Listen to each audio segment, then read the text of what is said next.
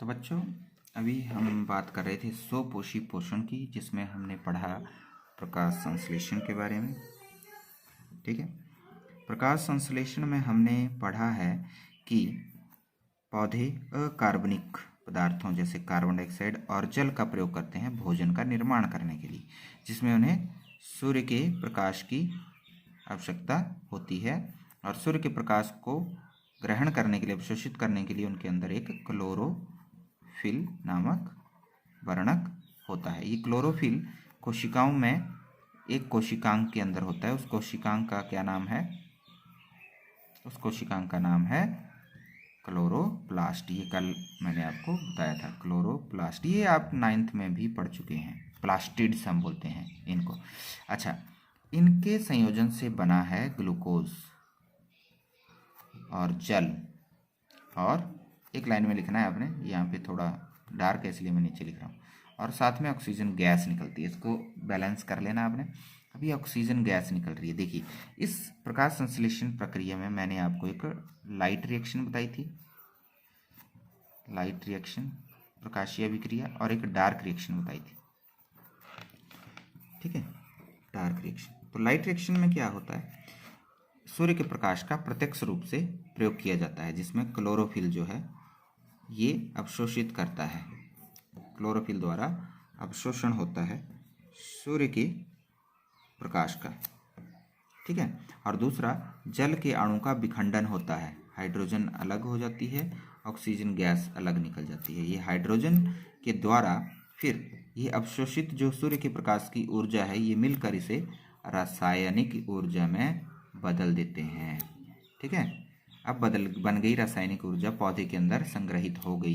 ठीक है, और यह NADPH के रूप में संग्रहित होती है, ATP के रूप में भी संग्रहित हो जाती है।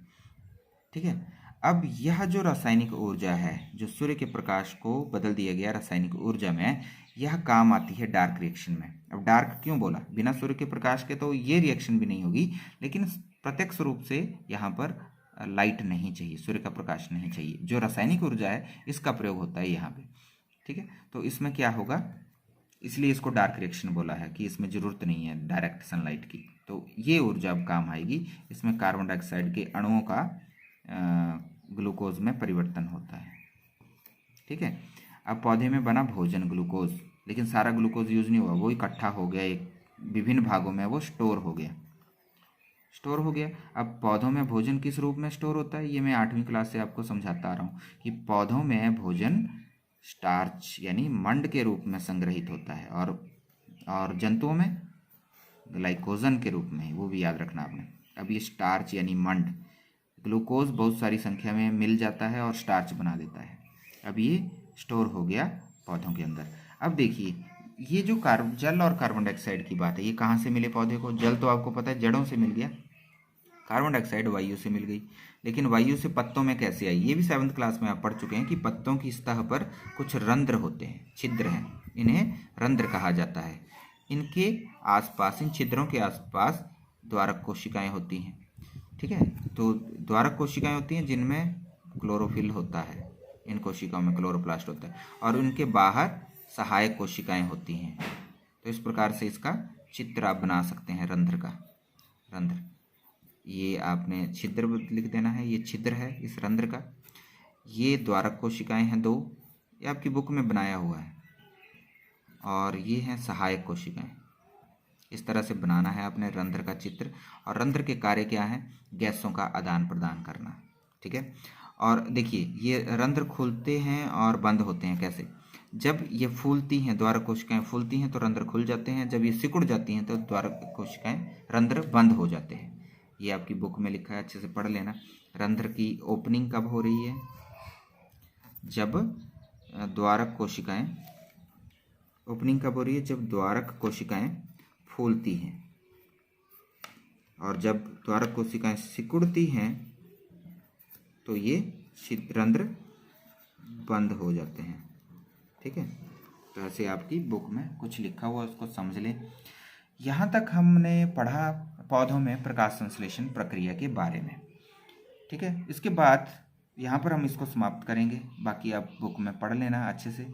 यही प्रश्न पूछे जाते हैं यहाँ पे। रंध्र के कार्य या रासायनिक अभिक्रिया पूछी जाती है प्रकाश संश्लेषण की, या डार्क रिएक्शन में क्या होता है, या ऑक्सीजन जो है वो कहाँ से मिल रही है, जल के अणु के विखंडन से ऑक्सीजन निकल रही है। याद रखना इस बात को। पौधे जो ऑक्सीजन का निर्माण करते हैं वो कार्बन डाइऑक्साइड से नहीं आ रही, जल के अणु से आ रही है, ये ध्यान रखना है, ठीक है। और डार्क रिएक्शन में क्या होता है, कार्बन डाइऑक्साइड ग्लूकोज में बदलता है इस रासायनिक ऊर्जा का प्रयोग करके। लाइट रिएक्शन में जल के अणुओं का विखंडन हो रहा है। स्टार्च के रूप में भोजन संग्रहित होता है, ठीक है। और एक क्रियाकलाप भी है, वो भी आप कर लें, दिया हुआ है बुक में। ये प्रश्न आते हैं आपके इस अनुभाग से। एक तो स्वपोषी और विषमपोषी पोषण में क्या अंतर है, बहुत इंपॉर्टेंट प्रश्न है, बहुत बार पूछा गया है। रंध्र के कार्य पूछे गए हैं, रासायनिक अभिक्रिया पूछी गई है, बैलेंस करनी है आपने। प्रकाश संश्लेषण में ऑक्सीजन गैस कहाँ से निकलती है, याद रखना है आपने। तो ये कुछ प्रश्न हैं जो वहाँ पूछे जाते हैं।